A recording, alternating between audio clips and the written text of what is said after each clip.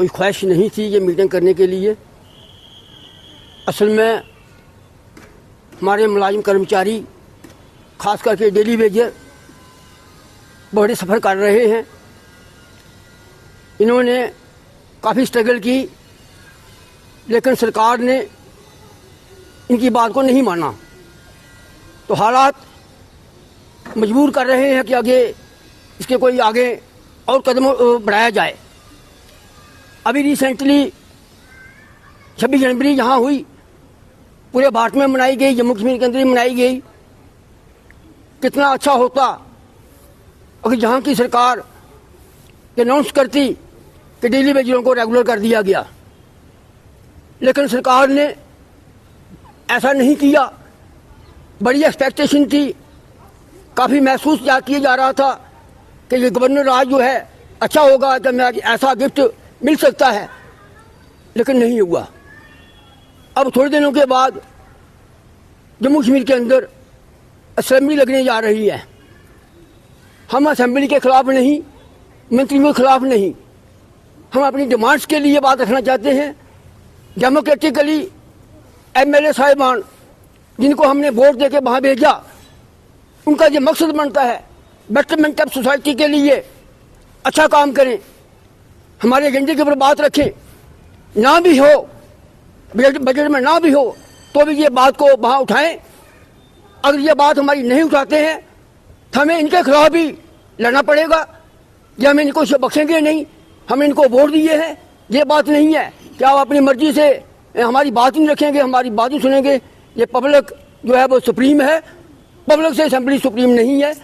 तो ज़्यादा ना कहते हुए हमारी यही डिमांड है कि सरकार जल्दी से जल्दी इनको रेगुलर करे।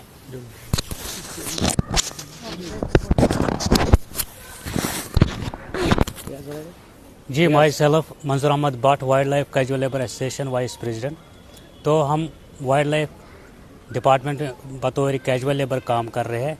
हमारी तो इतनी बड़ी डिमांड भी नहीं थी, हमें सिर्फ नॉन प्लान के हेड से तनख्वाह दिया जाए आउटसोर्स। तो बार बार हम सेक्रेटरीट में रैना साहब को मिले और जितने भी एमएलए साहिबान हैं उनसे मिले।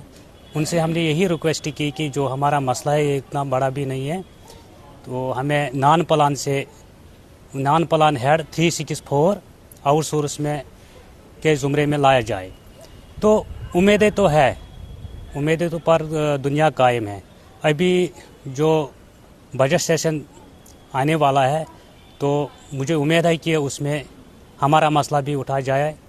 अगर फिर से हमें यही धोखा लगा कि क्योंकि हमें आज लगभग 1 महीना हो गया इस जम्मू में, इसीलिए कि जो हमारा मसला है पेंडिंग मसला, लॉन्ग पेंडिंग मसला है, 20 सालों से हम इस डिपार्टमेंट में काम कर रहे हैं। अगर अभी भी नहीं हुआ तो आने वाले दौर में एक बहुत बड़ा आंदोलन होगा जिसकी जिम्मेवारी सरकार पर होगी।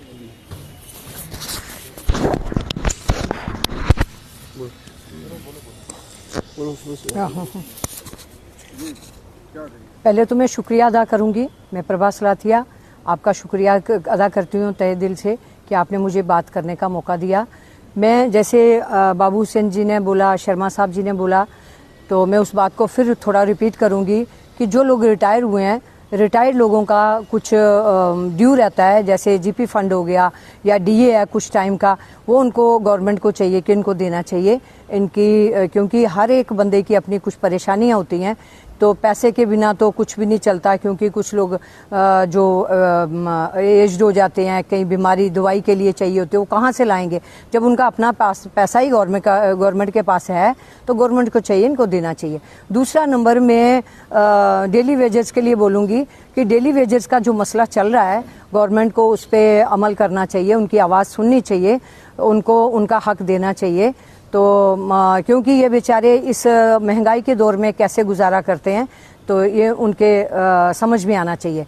दूसरा नंबर में इसी प्लेटफॉर्म से एक बात और बोलूँगी कि जो ओल्ड पेंशन और विडो पेंशन है, गवर्नमेंट ने कितनी कम रखी है, कम से कम ये 5,000 तक होनी चाहिए, क्योंकि आज महंगाई के दौर में उन बेचारों का भी, जो बुजुर्ग हैं या विडो हैं, वो कहाँ से मांगेंगी, कहाँ से लेंगी, क्योंकि ये पेंशन तो वही लेता है जिसका कोई सहारा नहीं हो। तो गवर्नमेंट को उन लोगों की भी बात सुननी चाहिए, उस पर अमल करना चाहिए। इतना कहते हुए मैं आपका शुक्रिया अदा करूँगी। जय हिंद, जय भारत।